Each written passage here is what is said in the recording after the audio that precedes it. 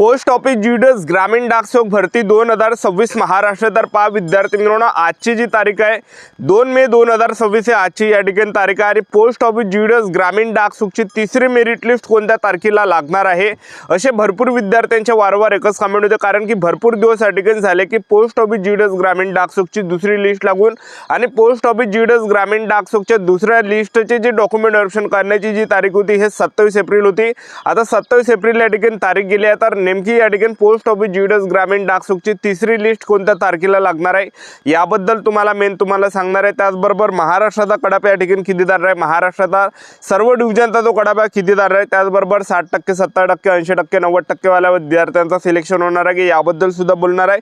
तर कडाप किती दार आहे, तिसऱ्या लिस्टचा महाराष्ट्राचा कडाप किती दार आहे, जसा Ahilyanagar division, Akola, Amravati, Baramati, Beed, Bhusawal, Buldhana, Chandrapur, Chhatrapati Sambhaji Maharajnagar, Dharashiv, Dhule, Goa, Jalgaon, Karad, Kolhapur, Malegaon, Mumbai, Nagpur city, Nagpur mofussil, Nanded, Nashik, Navi Mumbai, Palghar, Pandharpur, Parbhani, Pune city east, Pune city west, Pune mofussil, Raigad, Ratnagiri, RMS Miraj, RMS Bhusawal, Sangli, Satara, Shrirampur, Sindhudurg, Solapur, Thane, Wardha, Yavatmal या सर्व डिव्हिजनचा जे विद्यार्थी मित्रांनो कास्ट वाईज कॅटेगरी वाईज कडाप तुम्हाला सांगणार आहे। SC ST OBC EWS open PWD या कॅटेगरीचा कडाप किती दार आहे, सेफ झोन का आहे, सिलेक्शन होण्यासाठी किती पर्सेंटेज आपल्याला असले पाहिजे याबद्दल। तर आजचा व्हिडिओ खूप महत्त्वाचा होणार आहे, व्हिडिओ शेवटपर्यंत बघा आणि व्हिडिओला आताच लाईक करा। नमस्कार विद्यार्थी मित्रांनो, माझी नोकरी कॉर्नर यूट्यूब चॅनलवर मी गोपाल वानखडे तुमचं सर्वांचं सहर्ष स्वागत करतो। तर मित्रांनो, व्हिडिओचा थंबनेल बघून तुमच्या लक्षात आलं असेल की आपला व्हिडिओ कोणत्या टॉपिकवर होणार आहे। व्हिडिओ सुरू करण्याच्या आधी आपल्या यूट्यूब चॅनलला सबस्क्राइब करा, जेणेकरून प्रत्येक भरतीचे अपडेट तुमच्यापर्यंत सर्वात आधी पोहोचेल। जास्त करून पोस्ट ऑफिस जीडीएस ग्रामीण डाकसेवक भरतीच्या रिलेटेड जास्त व्हिडिओ आपल्या चॅनलवर अपलोड करत असतो आणि 10वी 12वी पास भरतीच्या रिलेटेड जास्त व्हिडिओ आपल्या चॅनलवर अपलोड करत असतो। व्हिडिओ सुरू करण्याच्या अगोदर सर्वांना एक रिक्वेस्ट आहे की 10वी मध्ये तुम्हाला किती पर्सेंटेज पडलेले आहे नक्की कमेंट बॉक्समध्ये सांगा, जेणेकरून मला सुद्धा अंदाज लागणार आहे की मुलांना 10वी मध्ये सरासरी किती पर्सेंटेज आहे, म्हणजे 60% किती रेषा आहे, 70% किती रेषा आहे, 80% किती रेषा आहे, 90% किती रेषा आहे, 91% किती रेषा आहे, 93% किती रेषा आहे, 92% किती रेषा, हा काही अंदाज मला या ठिकाणी लागणार आहे। तर पहा विद्यार्थी मित्रांनो, आता पोस्ट ऑफिस जीडीएस ग्रामीण डाकसेवकची जी लिस्ट लागली होती, दुसरी जी लिस्ट लागली त्यामध्ये 1700+ विद्यार्थ्यांचं सिलेक्शन झालेलं आहे आणि आणखीन सुद्धा जे विद्यार्थी मित्रांनो 4 लिस्ट या ठिकाणी येणार आहे। लक्षात ठेवा, ज्या पण विद्यार्थ्यांना दुसऱ्या मेरिट लिस्टमध्ये 1-1, 2-2 मार्काने जे पण हुकले असेल, ज्यांचं सुद्धा 1-1, 2-2 मार्कांना सिलेक्शन झालं नसेल, तर या तिसऱ्या लिस्टमध्ये 100% तुमचं सिलेक्शन होणार आहे, लक्षात ठेवा, ठीक आहे।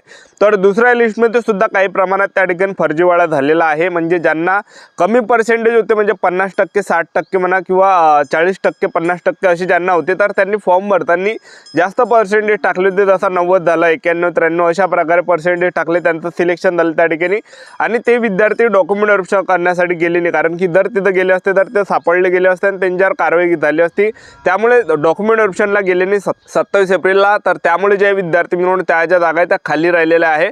तर तिसरी जी लिस्ट या ठिकाणी येणार आहे, लक्षात ठेवा। तर आता पोस्ट ऑफिस जीडीएस ग्रामीण डाकसेवकचे मी तुम्हाला याच्या अगोदर जेवढं काही लिस्ट सांगितल्या कोणकोणत्या तारखेला लागणार तो अंदाज या ठिकाणी 100% लागलेला आहे आणि आणखीन सुद्धा या ठिकाणी सांगून देतो, कारण की भरपूर विद्यार्थ्यांचे वारंवार एकच कमेंट होते की सर पोस्ट ऑफिस जीडीएस ग्रामीण डाकसेवकची तिसरी लिस्ट कोणत्या तारखेला लागणार आहे, लक्षात ठेवा।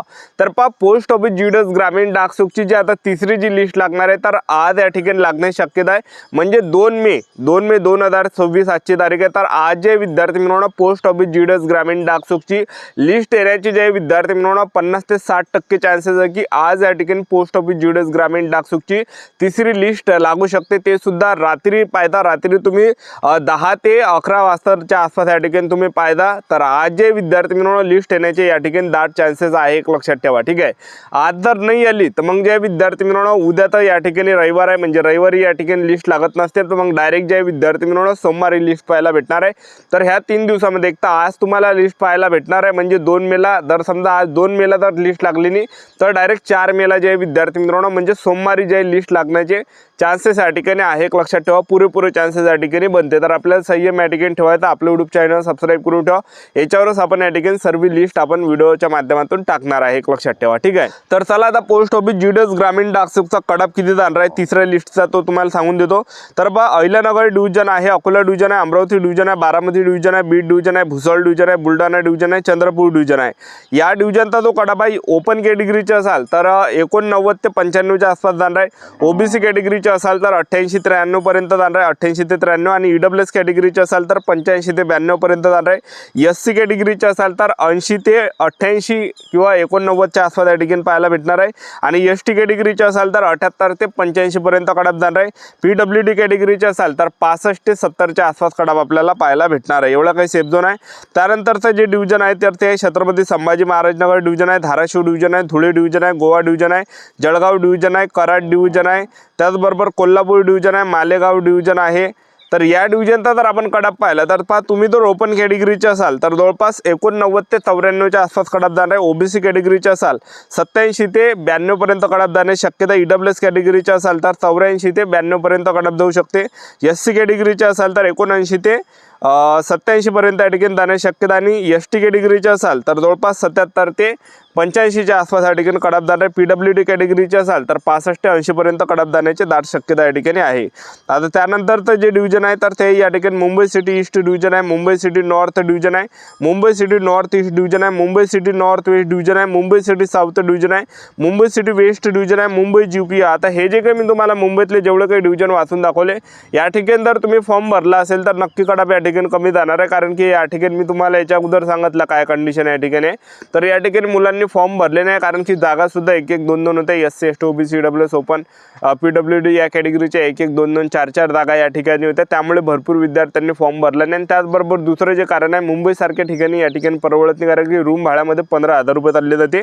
तर त्यामुळे भरपूर विद्यार्थ्यांनी या ठिकाणी रिस्क घेतली नाही। तर या ठिकाणी फॉर्म या ठिकाणी भरलेला नाही आहे तर कमी कडाप या ठिकाणी जाण्याचे जास्त चान्सेस या ठिकाणी आहे। तर पहा तुम्ही जर ओपन कॅटेगरीचे असाल तर 80 ते 90% पर्यंत कडाप जाणार आहे। ओबीसी कॅटेगरीचे असाल तर 85 ते 90 पर्यंत कडाप जाणार आहे। त्याचबरोबर तुम्ही ईडब्ल्यूएस कॅटेगरीचे असाल तर जवळपास 80 ते 90 पर्यंत जाणार आहे। एससी कॅटेगरीचे असाल तर 80 ते 85 पर्यंत जाण्याची शक्यता। आणि एसटी कॅटेगरीचे असाल तर 70 ते 80% पर्यंत, पीडब्ल्यूडी कॅटेगरीचे असाल तर 60% प्लस या ठिकाणी कडाप जाण्याची दाट शक्यता या ठिकाणी आहे।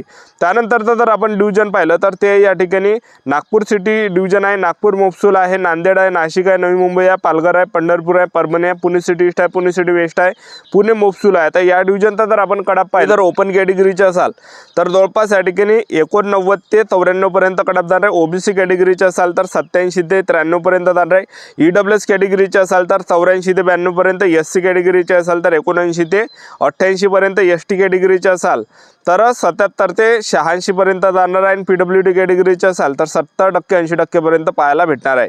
आता त्यानंतरचं जे डिव्हिजन आहे तर ते या ठिकाणी तर पहा रायगड डिव्हिजन आहे, रत्नागिरी डिव्हिजन आहे, RMS DN मिरज डिव्हिजन आहे, RMS LDN भुसावळ आहे, सांगली आहे, सातारा आहे, श्रीरामपूर आहे, सिंधुदुर्ग आहे, सोलापूर आहे, ठाणे आहे, वर्धा आहे, यवतमाळ आहे। आता या डिव्हिजनचा जर आपण कडाप पाहिलं तर पहा ओपन कॅटेगरीचे जर तुम्ही असाल तर जवळपास 88 ते 94च्या आसपास या ठिकाणी कडाप जाणार आहे। त्याचबरोबर ओबीसी कॅटेगरीचे असाल तर 88 ते 93 पर्यंत कडाप जाणार आहे। त्याचबरोबर ईडब्ल्यूएस कॅटेगरीचे असाल तर 85 ते 92 पर्यंत कडाप जाणार आहे। त्याचबरोबर तुम्ही एससी कॅटेगरीचे असाल तर 80 ते 88 पर्यंत कडाप जाणार आहे। एसटी कॅटेगरीचे असाल तर 78 ते 85 पर्यंत कडाप जाणार आहे। पीडब्ल्यूडी कॅटेगरीचे असाल तर जवळपास 65 ते 80 पर्यंत जाणार आहे। एवढा काही सेफ झोन आहे। तर आपलं यूट्यूब चॅनल सबस्क्राईब करून ठेवा, व्हिडिओ अपडेट देत राहणार। आजच्या दिवसात थांबतो, व्हिडिओ नेक्स्ट शूटमध्ये जय हिंद जय